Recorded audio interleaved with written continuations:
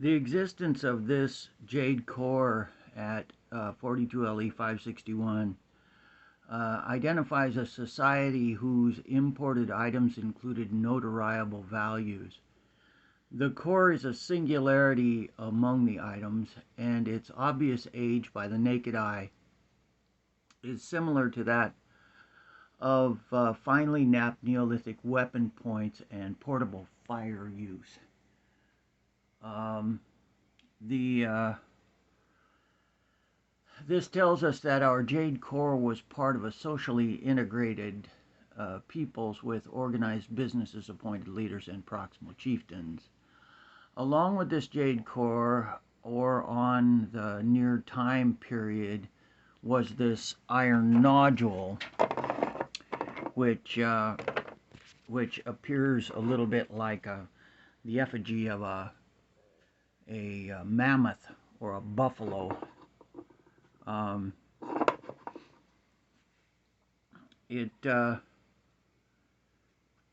There was also a piped crypto flint that could have been used as a tinder, which matches it also. These pieces are also nearest to us on a modern inclusion to an ancient puzzle. With the use of portable fire, positions near 7500 BP and the pyramid societies must be placed at an experimental stage of this fire use. Present theories that are identifying fire use before 18,500 years ago in the Vashon Glacial Age are wrong in this discipline. This new discovery makes all smelting, coastal warning systems, and heat-driven chemical processes obsolete until after the pyramids age of about 5,000 years ago. This is a piece of quartzite, and this is the stuff that they made the pyramids in Egypt out of. You can see that it's got striations of the green in it, and of course the green was a very important part of their life. Where a glacial, in this case the Vashon Glacial, was used as only an identifying point on the timeline, the majority of these items found are pre-glacial. If we look at all of these, we have all of these pieces. Then we have a few pieces of crypto and a glaciation piece. Most of this stuff is pre-glacial, and because the glacial artifacts are not patinated, where these are patinated and those are patinated, this is not patinated, those are not patinated, and these are not patinated, but these all are patinated from here over to here. Where this is where these are not patinated, and they're decomposed by natural erosion or other means, like this piece is extremely dilapidated, and so too is this hammerstone. They must be put in a timeline as following any primeval social developments. Any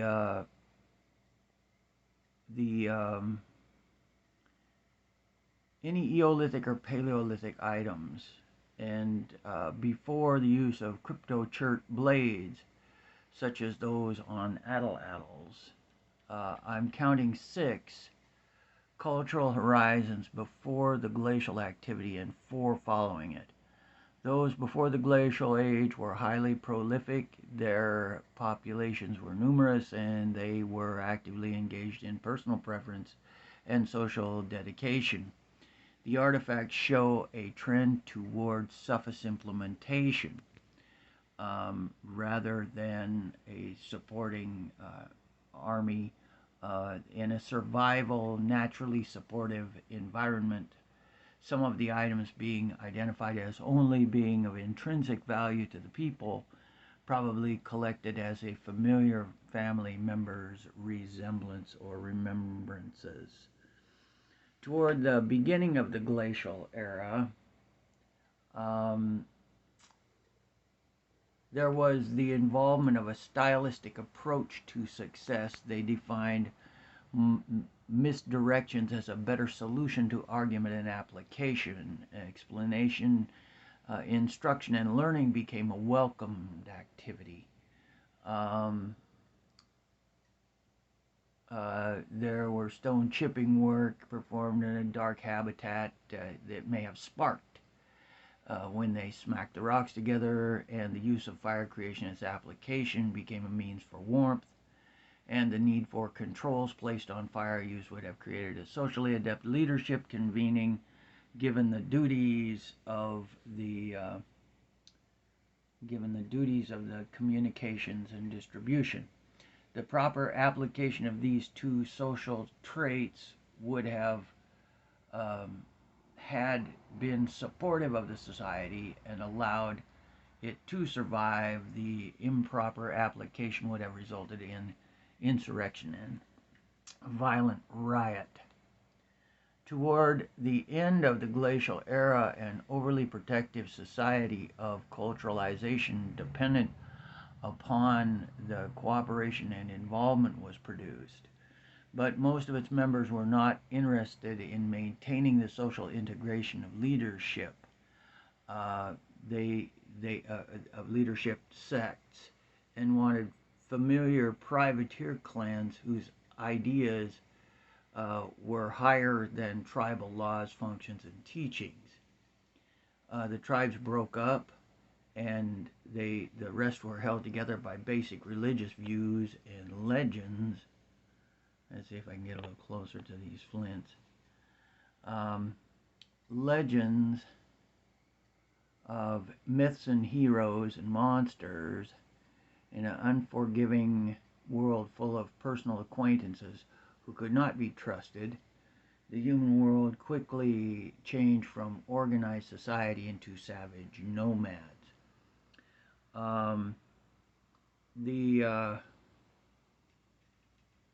During the glacial age, the desires for freedom spawned indecision.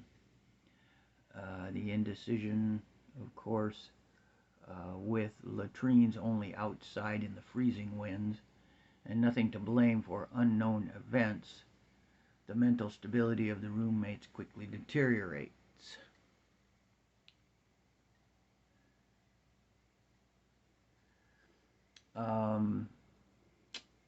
Habitats became malodorous, excuse me, and cleanliness became a personal experience. With nothing to do, carving stone was a great addition and a time-consuming activity. In larger clans that were oppressed by leadership, immense stela, recognizing their great leaders of the time, were created and erected in hastily organized outdoor ceremonial parties. After the ice melted, these markers were left in the growing jungles, appearing misplaced, tipped over, believed to have been left behind by looters, moved from tribal fanatics in an attempt to thwart the invasions. This piece here is a really good example of the artworks that were done. What you're looking at, you're saying, oh my, I don't see any artwork in that at all. And then when I turn it around this way, and I kind of focus kind of more stable, you can see some miniature striations here on the stone here. And there's a kind of a deal here. It kind of draws a picture of a strange kind of a situation. Let me see if I can draw get close enough with this. Okay, there's a couple of masts here that come down. It appears to have been something carved into it. It goes over here to a kind of a cave, a very dark spot that draws your attention. Up here there are a couple of more. There's a long striation that runs up the side here, and there's a striation that runs from this corner down here to this area here. Originally I had thought that this was the makings of a of just striations where the plow must have hit it. But when I got closer with my magnifier, and I started looking at the pictures under my magnification, under my magnifier, I could see that it looks as though these natural striations in there were part of the thing, but there are miniature round chippings that appear to have been taken out by a tool that would have been a rod of iron or steel or something, or copper, that would have pocked out perfectly round chips in the piece. So I may have gotten a conglomerative there. Also, this is a piece that we've identified as turquoise. It used to be brilliant green turquoise, and it doesn't really fit in well with the picture, but it has been, I have weighted in the specific gravity, says it's turquoise. Okay, thank you for watching my presentation. This is the Invisible Archaeologist, 42LE561, the Lacamas Morass.